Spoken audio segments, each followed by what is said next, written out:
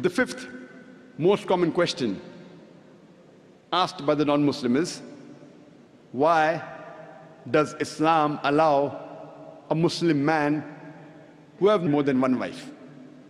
What does Islam say? Allah says in the Quran, in Surah Nisa, chapter number 4, verse number 3, marry women of your choice in 2s, 3s or 4s. But if you can't do justice, marry only one. Quran says, marry women of your choice in 2s, 3s or 4s. But if you can't do justice, marry only one. That means only if you can do justice can you marry 2, 3 or 4, otherwise marry only one. Quran also says in Surah Nisa chapter 4 verse 129, it is difficult to be just between your wives, but don't turn away from them altogether. Many people think it is compulsory in Islam that you should have 4 wives. It is not compulsory in Islam to have 4 wives. It is optional. Marrying more than one woman is optional in Islam. It is mubah. But if you marry more than one woman, and if you don't do justice, then you have a problem. So if you marry more than one woman, you should be able to do justice between them.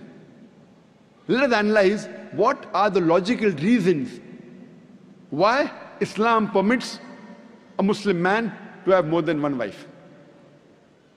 By nature we know males and females are born in equal proportion. But in the pediatric age itself, you ask any medical doctor, he will tell you that medically the female sex is the stronger sex. The female child has more immunity than a male child. The female child can fight the germs and diseases much better than the male child. So in pediatric age itself, there are more deaths among the male children as compared to female children.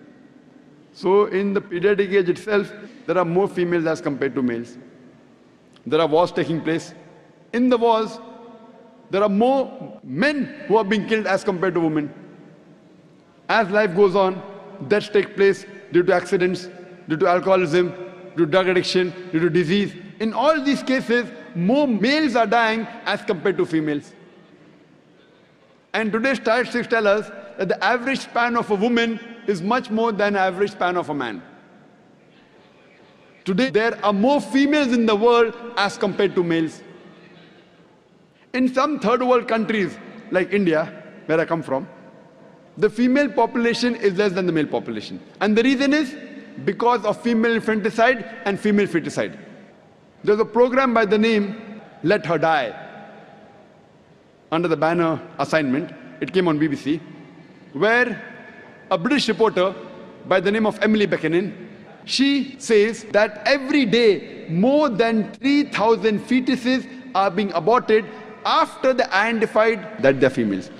In India alone, more than 3,000 fetuses are being aborted after they identified that they're females. If you multiply this number by 365, the number of days in a year, we get a figure of more than 1 million fetuses are being aborted every year in India after they identified that they're females. And according to the report of the government hospital of Tamil Nadu, out of 10 females born alive, 4 are put to death. If this evil practice of female infanticide and female feticide stops in India, even in India, in a few decades, the female population will outnumber the male population. Today, when we analyze throughout the world, there are more females as compared to males. In New York alone, there are 1 million females more than males. In USA alone, there are 7.8 million females more than males. In UK alone, there are 4 million females more than males. In Germany alone, there are 5 million females more than males. In Russia alone, there are 9 million females more than males. And God alone knows how many millions of females are more than the males throughout the world. If I agree with a non-Muslim that every man should marry only one woman, and suppose my sister or suppose your sister happens to live in USA, and if the market is saturated, every woman has found a life partner for herself. Yet, there will be 7.8 million females who will not find husbands.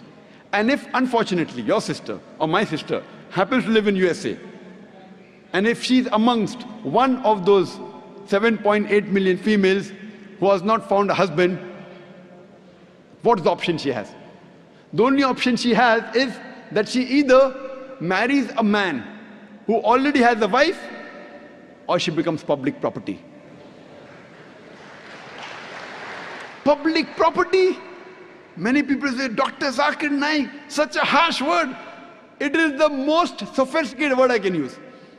I cannot think of a better word. There's no option. She either marries a man who already has a wife or becomes public property. In America, having mistresses is very common. The American statistics tell us, on an average, a man has 8 different sexual partners before he settles down with one. 8 different. Some may have 5, some may have 10, some may have 20. 8 different sexual partners before he marries. After marriage, how many he has, the statistics doesn't say that. But before he marries, he has on an average 8 different sexual partners. Having mistresses in America is common, no problem.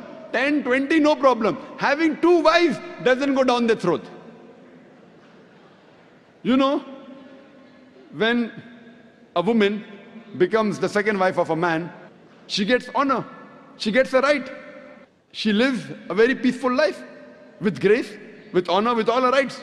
And when a woman is a mistress, she doesn't get her rights, she has no protection, she leads a life of disgrace.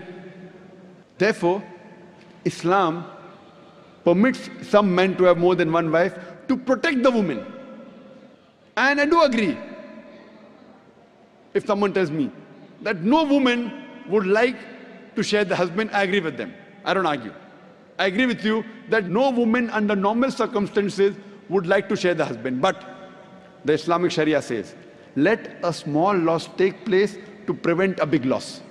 That means a good Muslimah who knows the situation of the world would not mind sharing a husband to prevent her sister from becoming a public property.